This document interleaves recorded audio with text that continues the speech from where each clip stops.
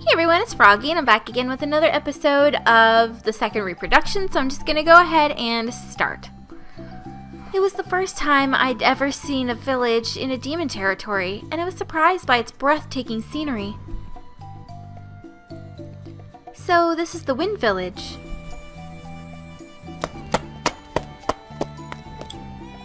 Ah, it's His Majesty! His Majesty!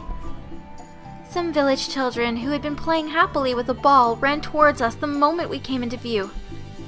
Wildflowers of every color fluttered in the wind, bringing vibrancy to the village surroundings that could have come straight out of a fairy tale. The houses along the road were made out of wood, giving a warm impression, which meant that so peaceful. Don't let your guard down. This might be a trick. Right. Gardis watched our conversation through the corner of his eye, then hurried over to the villagers. Oh my, if it isn't Lord Gardis. You have our utmost welcome, Your Highness. An elderly half-demon woman came out to welcome him.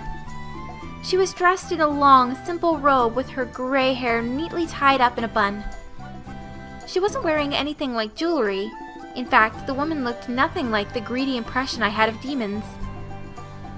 Oh my, you are Lord Gardis' friends? Eh? I blinked several times, not knowing who she meant by Gardis' friend. But as soon as I realized, I shook my head furiously in denial. Of course I'm not. I'm the 25th person to have inherited the title of champion. Immediately after saying that, I regretted it. Surely I'd attract unwanted attention by declaring myself a champion, right? I was a sworn enemy to the demon race, after all. Oh my, that means you're a true champion, right? Huh? Well, yeah. Her reaction took me by surprise. It was the total opposite of what I was expecting, and I had no idea how to reply. The woman took my hand in hers and shook it excitedly, a delighted smile on her face. I looked away, troubled. Hey, mister, are you a champion too? Real champions are strong, right? Wait, don't... Lisette had transformed into a mountain of children. They were all standing around him, some hugging him, others climbing on top of him. He looked at me with pleading eyes. Unfortunately for Lisette, that old woman had a firm grip on me. And she felt so touched that she suddenly gave me a passionate hug. I tried to say something, but nothing even resembling a word came out of my mouth. We were attracting a large crowd, and before I knew it, I was surrounded by women from the village. Kya! Lady Champion, look over here!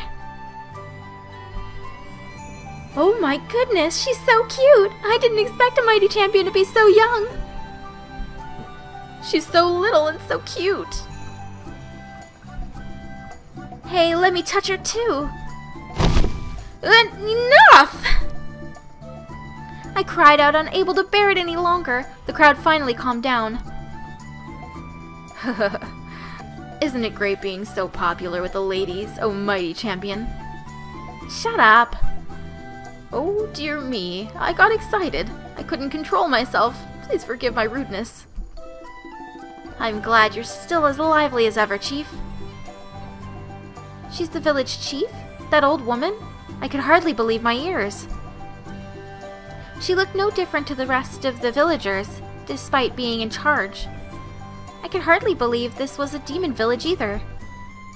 In my books at home, the villages were much more frightening, with dismembered body parts scattered all over the place, and soil that never went dry thanks to all the human blood they spilled.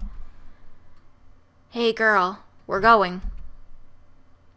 Still wandering around the imaginary demon village, I was brought back to reality by Gardis' brazen voice. Unlike the village in my head, the scenery here could only be described as serene. Maybe this place is special. Yes, that must be it. That's why it's so different to my books. I caught up to Gardis while glancing around. Now that I thought about it, me and Lisette hadn't passed through any villages on our way to the capital. We hadn't wanted to draw attention to ourselves. Glancing over my shoulder, I saw the odd sight of Lisette playing with the children, carrying a few of them around. Lisette had always been popular with children, especially back home. I leisurely thought about it as I watched them. You're pretty popular at the moment, Lisette. I'm not enjoying it. Oh, really? That one on your left shoulder looks like a beauty in the making, you know? Princess! I'm only joking. Anyway, everyone here is a fiend in a friendly mask, so don't let your guard down, alright? I won't. Fiend? What's a fiend? Well, A child had overheard us and asked us enthusiastically. Lisette looked at me, pleading for an escape route with his eyes. Good luck, Lisette. See it as reconnaissance. Then how about we switch places? You're better at this. I advanced forward, ignoring him as he shot me a glare full of complaints. I felt like I ought to apologize to him, but there was nothing we could do now. As long as Lisette has that ring around his neck, we can't go against Gardis' whims. That was the main thing we'd learned in the last month. Gardis let us have our daily assassination attempts, but he wouldn't let us say no if he wanted to do something with us. If I ever rebelled, he'd threaten us with the curse. It pissed me off so much. You better watch out. I'll make this village your graveyard. I swore that as I glanced at Gardis' back, watching him walk without a care in the world. However, and I'm going to go ahead and end this episode here for today. Hope you guys enjoyed it. If you want to see more videos like this one, then click the eye at the top and don't forget to subscribe. Thanks for watching.